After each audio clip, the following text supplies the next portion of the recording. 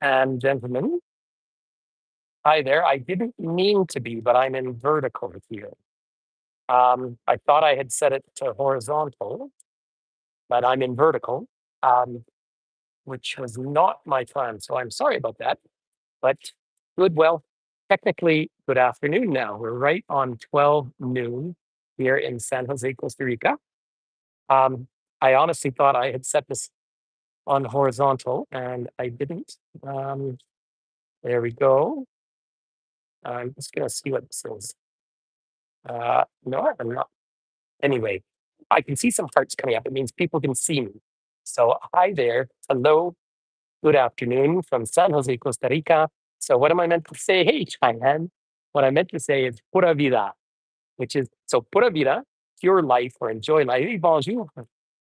Is the expression. And that's, you see, any shirt or anything from Costa Rica always says Pura Vida on it. Now, I have my sunglasses up here. I even have my tunic travel hat on. However, if I turn around, you will see it is absolutely pouring rain out here. No, it is coming down.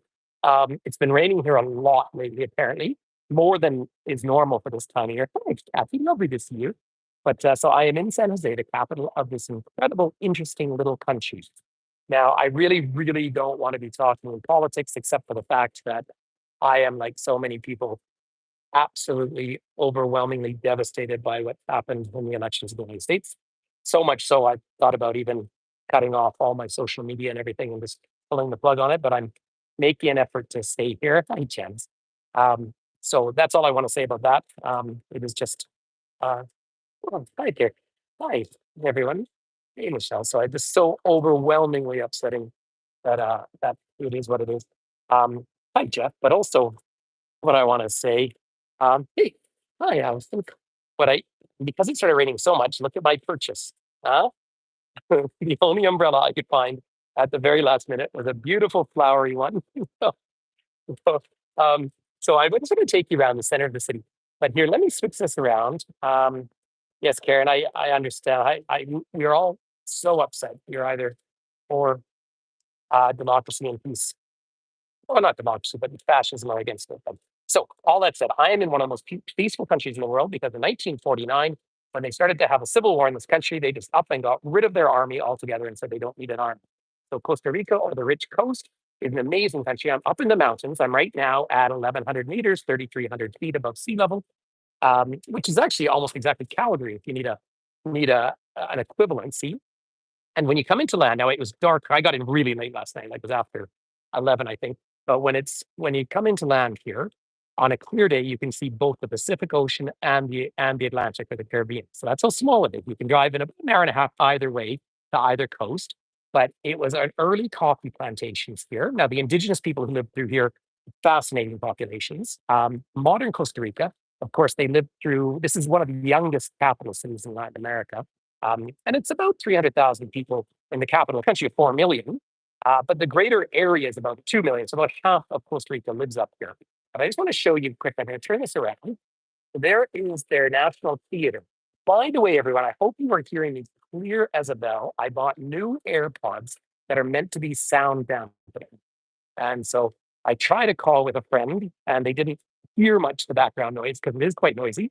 Um, there's the National Theater. They started it in 1891 and it was finished in 1897. So dotted in the city. Now, this is an earthquake zone. There are live volcanoes all over. In fact, so about half my group has either arrived or is arriving today. And then I have the rest of the group arriving tomorrow. I not to name any names, but I have a dear friend coming on this trip who is just in the process of losing their mother. So that's a little touch and go. And you warm thoughts to anyone going through that sort of a loss. But look at the lovely tower down from here. People sitting in the cafe. Because I'm up at this 1,000 meters or 1,100 meters, you might start to hear the rain. Um, oh, this group is just 13. I always cap these groups much smaller numbers because the bus sizes are small. And in fact, we're going to be driving in a bus so small, we have a second vehicle for luggage.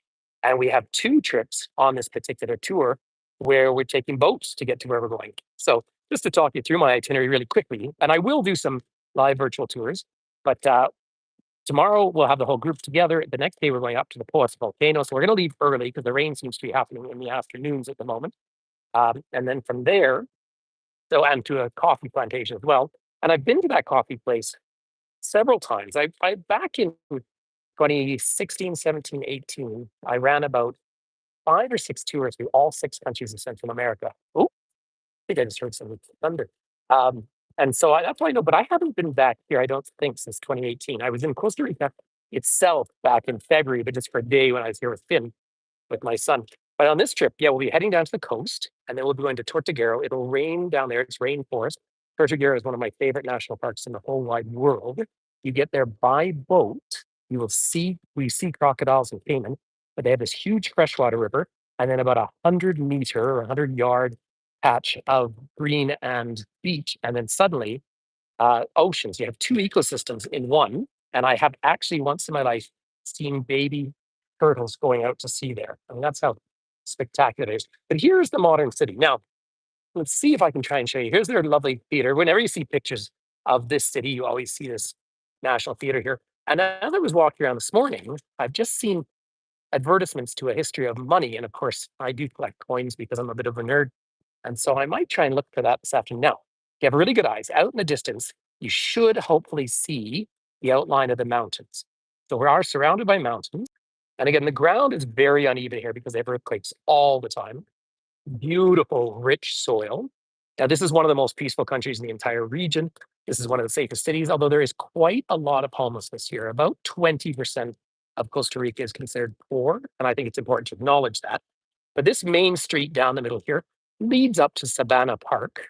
Interestingly enough, the hotel that I used to use on all my tours, which was part of a good chain right by the park, closed. And I think that was during the pandemic that happened. But yeah, there is a fair bit of poverty in the street, but you certainly don't feel unsafe. Food is simple. In fact, I can think of some friends who don't like complicated food. Food is a miracle. That is, I don't know if you just heard it through my ears or not, but there is thunder. So it's obviously having a wicked storm out there at the moment. Um, so that's kind of fun because I feel safe as can be, but it's kind of a neat storm. It's the municipal police. Remember, they have a police force and they have a border patrol, but they do not have an army. Now, on one side, really to the, you should say to the east and north is Panama, and then to the west, sorry, east and south is Panama, and to the west and north is Nicaragua, just to put it in some idea. And there's about 500,000 Nicaraguans living and working here in Costa Rica. So the average income here in the capital city is about 20,000 US a year. So that's a high level of development. There's a nice little clock. And the time is wrong on the clock, by the way. You see these casinos everywhere. You see them in Latin America, and I dislike that. And here's a sign for San Jose. So SKO is the airport, and it says Vive. Now, many of you know I do speak Spanish. So it's always fun coming back. And so when you say gracias here, much of the world say de nada. But here, when you say gracias, then the response is not you're welcome. The response is pura vida. So that is just such an expression. And the other interesting thing for those of you who are Spanish speakers is that they don't use the to form here. They just use the usted. And so they actually say usted, even kids between each other. It's almost like you in English now. Can you just let me know if everyone hearing me clear as a bell? And you're seeing a bit of that 19th century architecture down through here, like on our left-hand side. Just kind of nice. People selling products out on the coast. Um, it's not pura la vida, it's pura vida. Pura, pura vida, pure life. Oh, here, in fact, I can show it to you just up on the left. So it's kind of their national slogan. This country has got beautiful because they don't have a history of war, particularly. They have statues to non-Muslims. So there's the Pura Vida souvenirs. That's the Costa Rican flag, which is the strip of land with the oceans either side of it. Such a neat thing. And I will be seeing, very nice, Sarah. I will be, oh, that's fantastic. That sounds good. So I will be seeing lots of slots. In fact, one of my favorite stories from having traveled through Costa Rica is one time I was driving down the road from Tortuguero Park, actually, towards the Nicaraguan border. And my driver slammed on his brakes much more than you would expect. And it was because a sloth was crossing the road. And of course, they move famously so slowly. The driver got out and lifted it up and carried it over. So when people study tourism here, which is a major part of the industry, they study nature, right? And this is what they did in this country. We have national parks all dotted together that are linked basically the country from one end to the other. So, and they're tied in with a whole series of parks, even over in Nicaragua. And I will absolutely, if I get good enough reception, I can't wait to take you on tours to Nicaragua because it's fascinating. Much, much poorer country and much drier and hotter too. Um, but they're sort of linking that whole Caribbean coast area. There is a drier area down on the Pacific side. This is a typical. If you haven't been to Latin America, this is a typical main street, or as the British would call a high street, for this part of the world. So it's just so people out selling things, and you have one street like I'm here where all the shoes are, and then you get to the trousers street, and then you get to the underwear street. It's quite fun that way. Now the currency is the colon, and there's 520 of those to $1 US. People smile at each other. You might notice that as well. After having just come home, my sleeping is getting a tiny bit better. But of course, I was just in Taiwan, as many of you know, so totally different time zone. But in Japan, where service is wonderful, but people are not outgoing, come back to Latin America where people smile at each other, and it's always so much fun. Um, yeah, toucan will see absolutely. No, I'm not watching the chat too much, just because I'm walking down the street here and watching my step. Now, if the rain's almost stopping. So now that I have the most beautiful umbrella, I think I'll stand out in the crowd. I bet I end up giving my umbrella away. Look at everybody out here. There we go. By the way, one of my pet peeves of people who don't have good etiquette with umbrellas, throw them down to little whacking in people's face. So anyway, it's just a side note. Here on the right is a cow, or a bull, I guess, by definition. And I don't know why it's there. And so I'm trying to find a statue that I've seen here in the past, and it's of a gentleman just sweeping the streets. And as I've often said, I really like I really like society where not every statues to move. Now, I did find one earlier today. It was the president in the 1840s. So, of course, Costa Rica becomes independent at the same time that most of Latin America does, between 1814 and 1821, really the collapse of Spanish America, with the exception of Cuba. Um, and there's, it's not a monarchy here, but they do have a Burger King, and a parrilla is barbecue. Um, so it's quite fun. But yeah, you see a lot of the American fast food for the things over here. And then their own food is simple rice and beans, but healthiest can be, and a lot of plantains for bananas, and of course, huge banana production. Um, and so that's something you eat a lot of. Repa, if you know Venezuelan food. That's what it is. So I'm just doing the back of the National Bank, Banco Nacional. So again, just coming back to that currency, there's a lovely 19th century building down here. So I'll loop around, just give you an idea. I'm probably not going to walk through the central market itself. This is a little too narrow, and I don't feel unsafe whatsoever. But I am aware of my pockets. By the way, so there are 500 colones to US dollar. You can actually spend dollars for good change in their currency. But these kind of places, when you look at this, for example, nice salad there is 1,300. It's about $3 US, that kind of thing. But really, prices are pretty equivalent to the wealthier world. I mean, prices are not cheaper here. Nicaragua would be distinctly less expensive. Really, everything here costs nearly what I would pay at home. So that's just a thing to note about Costa Rica, where so many people. Oh, you love plantains? Yeah, I'm not a big banana eater per se, and that's because I grew up with my father being a composer. And so, of course, he raised me on Beethoven, and I just got so sick of hearing banana, banana. Sorry, that's my banana joke. But I do want to take you out to this big building in front of me to show you the statue. And then have a look at this lovely, lovely architecture. Now that I would have liked to buy one of his umbrellas, because this one that I spent $20 on is just a little too small. Although I feel pretty with it being so flowery. I'm just waiting a few minutes. Safe across the road. I'm gonna go. By the way, red lights and things like that. So much of this part of the world are just a suggestion. Now the airport is pretty efficient, and it's nice. I will say, if you've never been here, it's almost always a bumpy landing. Now that's because you've got the ocean either side. The biggest airport in the region is Panama. That's the major hub. Technically, I was flying into Panama last night. I was meant to change planes here because my flight cost nearly $1,000 cheaper that way. Um, and so I just didn't get on the other flight. So I hope I don't have a problem with my return. This gentleman right over here is Juan Rafael, and he was president in the 1840s. And I want to mention this because if you're going to be following my trip here, which many of you will be, I shouldn't say my trip, our trip. Most of the people, there's only a couple on this tour that I don't know on there. So this is it's very much almost like a travel trip with a whole group of friends. There's lovely, lovely people. Some I've seen already this year on other trips. Um, but we're all kind of reeling from the recent election. So it'll be this. We're going to try and hang out with nature. But Raphael is to come back to him. His name is going to come up again, or the story is going to come up again when I'm in Granada in Nicaragua, which is the most beautiful architecture we're going to see on this trip. And that was William Walker. Now, William Walker is the origin of the word filibuster. So you might know if you've followed particularly parliamentary democracies, they have filibusters where they don't stop talking in order to not lead to a vote. But the term filibuster is actually trying to generate a revolution in a foreign country. So William Walker came down here. He was from Tennessee. He came down here in the 1840s, burnt Granada to the ground. He was a horrible, horrible person.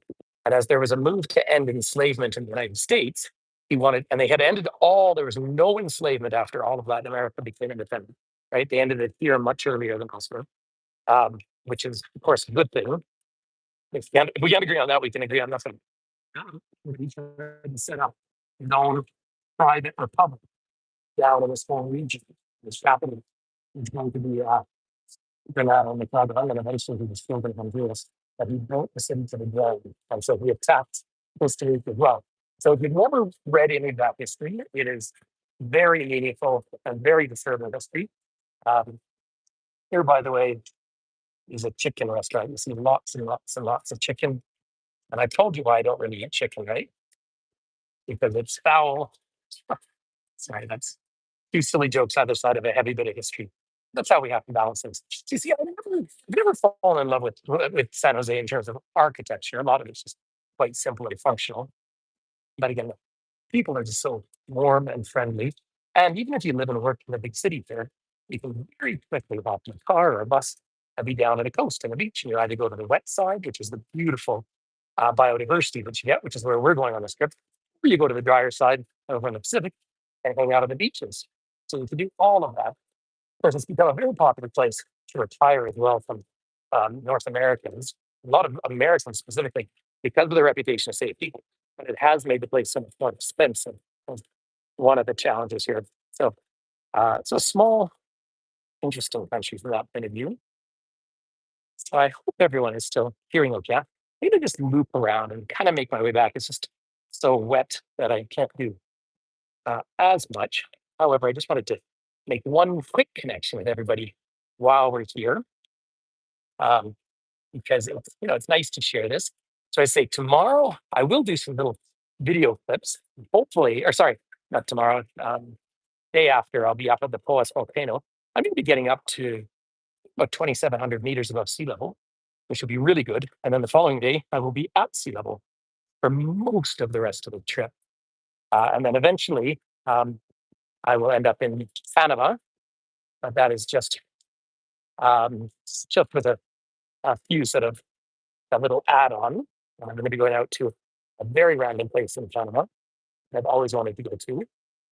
But right now, for Costa Rica, people feel really secure. It's interesting. I had one person from my trip say that the U.S. State Department said, "Don't travel to Nicaragua." I actually feel safe as can be when I'm in that country, really genuinely safe. I want to come and show you another monument right in front of National Bank. Boy, oh boy, the water has really come down. It's pooled around everywhere. But we're done on this now. That's great. Um, yeah, loads of expats. Although you don't see them here in San Jose. I have one friend that I did my master's with over 20 years ago, which is hard to believe because I'm not that old. But she moved down here, lives here, has raised her kids here and everything. Um, got married to someone like in Panama, but I'm hopefully going to catch up with her because it's neat to actually know someone who lived a proper life here. Isn't this a lovely statue? There's no plaque on it, but that is the central bank right there. museum is just all the citizens of the country. It's so lovely, small working people, and you do have banana plantations. I think I'll probably tour one on this trip. There's the old, very, very Art Deco building. Just by looking at that, I'm going to tell you it's the 1930s. Banco Nacional de Costa Rica of the rich coast. By the way, another interesting comment to mention here is there's a very large Jewish population in Costa Rica. Um, so the demographics are a little different than other places in the region, but is the population. And I know my friend who lives here is part of that community. Look at the flowers. There's little birds of paradise in there. We are going to see so many flowers. Oh, yeah, actually, sorry, I meant to show you one other thing just back here because talking about the biodiversity. And again, outside of the city, you can just eat just about anything. Isn't it a lovely statue? Yeah, I totally agree. But just coming up here, it's I have to get used to these new headphones. There's sound dampening on my end as well, and I feel like someone's put their fingers in my ears. but look, there's a banana tree right there. See the little plantains growing out? Lovely when you see them harvesting. And here, of course, working conditions. Now down at the coast, I mean, work in a banana plantation, it's hot, but conditions are good here and pay is good. Now the term banana republic, that really comes from principally Guatemala, Honduras, El Salvador. Do you know until the 1950s, the United Fruit Company owned 85% of Guatemala's territory. And when in the 1950s, the Democratic government tried to redistribute land, then the US military came in and invaded the country and created a dictatorship. That's where the term banana republics actually come from. Costa Rica's always been sort of the exception. Uh, Costa Ricans consider themselves Central American, absolutely, but they also don't sign a lot of treaties with the countries nearby. So really, Costa Rica and Panama are two very neutral countries, whereas there's a sort of pseudo attempt at a union between Honduras, Guatemala, and El Salvador. El Salvador is going through a massive change as well, as you can imagine, because they have that president who has made it, taken it from being one of the least safe countries in the world to one of the safest. But he has done that by randomly locking up thousands of people, basically anyone with a tattoo. So huge human rights violations. Um, so it's a really tough call because I can't imagine what it'd be like being thrown into one of those massive prisons. Here, of course, the, the sort of difficult relationship is because Panama's quite wealthy, of course, and Panamanians tend to migrate to their big city rather than this way. However, Nicaragua being so much poorer, Nicaraguans do so much labor here in Costa Rica. I wouldn't say I get any sense of racism that way, per se. It's just a real difference when you have one very poor neighbor and one much wealthier neighbor. Now they just come up outside. Do you know what, everyone? I'm not going to go as far as the big Savannah Park. There's a, and I know some people on board are vegetarian and everything, but I'm going to try and go into the market. Let me just say this for a quick second. So I'm sorry that I've been in vertical the whole week. I'm going to try and take you into the market. But if it cuts out, it cuts out. But I just think if you're going to have an image of me for the rest of your life, I think the nice flowery umbrella really adds to the whole experience. And here's the Mercado Central, founded in 1886, I think, no, 1880. There you go. Lovely colors. And as soon as you leave the capital city, of course, this is one of the most colorful countries in the whole wide world because of its just incredible, wonderful biodiversity. So let's head into the market together. We got the police all over, which is great. So I'm going to take the umbrella down. Okay. My $10 umbrella was not worth the money. Um, there we go. There. So I have collapsed umbrellas so they don't whack anybody in the head in the market. But this is really fun. So you get the same kind of this plastic stuff that's made all over the world. There's a hand wash. There's whole food sections in here as well. Well, by the way, I did get a haircut the other day. The only reason I mentioned that is I wanted to hang on, but I didn't. Partly because my barbershop in Banff, the owner is a friend of mine, and we wanted to talk about the election in the States. But get a haircut in Costa Rica if you ever get a chance. For some reason, they're extremely cheap. A men's haircut, I don't know about women's, extremely cheap. And they do everything like perfect kind of staging right down to the blade. It's just wonderful. I tried that. I might do that. Grow my beard for a few days and how to. So there's some ceviche over there. That's a ceviche bog. Ceviche, if you don't know what that is, it starts in Peru and it's marinated fish. and it's one of the most delicious things you'll ever have. I will be eating ceviche probably most days of this trip, actually. Um, and you feel so healthy. You tend when you're up in the mountains. Part of the deal is you don't eat it in the evening. You don't eat it in the afternoon because the fish is caught on the same day that it's marinated. It stays wonderfully fresh. Hey, you get some carrot juice, I think.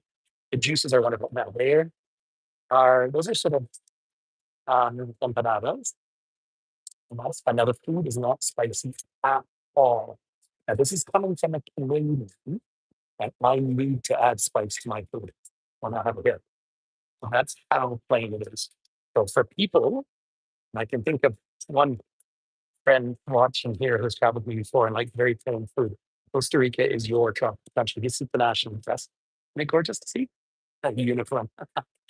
There you go for you Scots on board. That was the Scottish settler. But there's a it's fun. So yeah, these olla de carne, all of this market food is just it's okay. It's thank you. That's it's so fun to see. And yeah, you did lots for us. My flight, of course, yesterday I flew from Calgary to Montreal. I had 5 hours there, and it was a 6 hour flight down. Um, and in fact, I went out at like midnight just to get a little bite to eat, and all of the staff from the airplane were there as well, staying at a nicer hotel next door. I'm staying at a cheaper hotel tonight. Then tomorrow I will be in the kind of 4 star one with my group. That'll be part of the fun. Come on out here, but that's only a tiny little taste of the market. But yeah, it's at the back of the market. They have all the barber shops. Did get my haircut here once before because my friend who lived here said, make sure you go and get one of those. I can't remember what it was, $3 haircuts. And here we are back outside. Now, what you can maybe see in the distance is, well, it's sort of hard to see, unfortunately, but it is just so wonderfully green here everywhere. And look at this public art. Now, a lot of graffiti, which is always a shame. It's been so, and it's been after having just been in Japan where you don't see any, but yeah, lots of public art. So I tell you what, ladies and gentlemen, we've been hanging out for about a half hour. I'm gonna head back to the kind of opera house. I want to try and figure out where that museum is for the money. So I kind of want to do that. It is cool. Isn't it fun to see all the public art? So, ladies and gentlemen, thank you so much for coming to hang out with me. I'd see. Oh, thank you, Diane. Thank you for the contribution. I appreciate that. I am. This is my last uh, tour of the year, and this one I have to say, not that it matters at all, but like I said, the people coming on this tour are like personal friends. I've really just done this one basically at cost. So these aren't money making for me, but that's just fine. It's nice to be here. It's nice to travel with the people that I love. But I'm covering my costs. I just mentioned that, so I will once things. I can't really get this umbrella open, but when I'm home in December, I'll be doing a lot more virtual tours and everything. Next year, I'm going to try not to. The last 2 years, you might be aware I have traveled virtually nonstop, and I want to take a bit of time off. If you allow me just to be a little personal at the moment, like I say, the last couple of days I've been so close to just about giving up on everything. I feel as though we are sitting on the edge. Oh, from the precipice of something awful in this world, and I don't like to feel that way, but I do. So it's terrifying. Um, and so I don't know how I'm going to play the next few years of my life, but I might just go into a monastery or something. Who knows? But anyway, that's another conversation. The jet lag is almost bad. Last night I managed. It was about 2 in the morning local time here, which would be 1 my time, that I fell asleep. But I did sleep through to about 8:30, 8:45. I jumped out of bed because breakfast was only till 9. I wanted coffee, and so that was pretty good. Now I think probably a couple of beers helped as well. Janice, I know your heart is. I think. Do you know? I actually had someone send me a message saying that God is protecting Trump. I just, you know, can't do it. But anyway, ladies and gentlemen, I think there are a lot of good people in the world, and I'm so happy to be back in a peaceful country like this, where there's, where people study biodiversity rather than hate and rather than anyway. We don't all need to, but hugs to everyone. Exactly right. And I'm impressed that some of the late night posts and things haven't given up their game. So on that kind of heavy note, I want to say peace, and I really mean peace and love. And I promise I'll get this into landscape the next time I do a tour. All right, ladies and gentlemen, listen.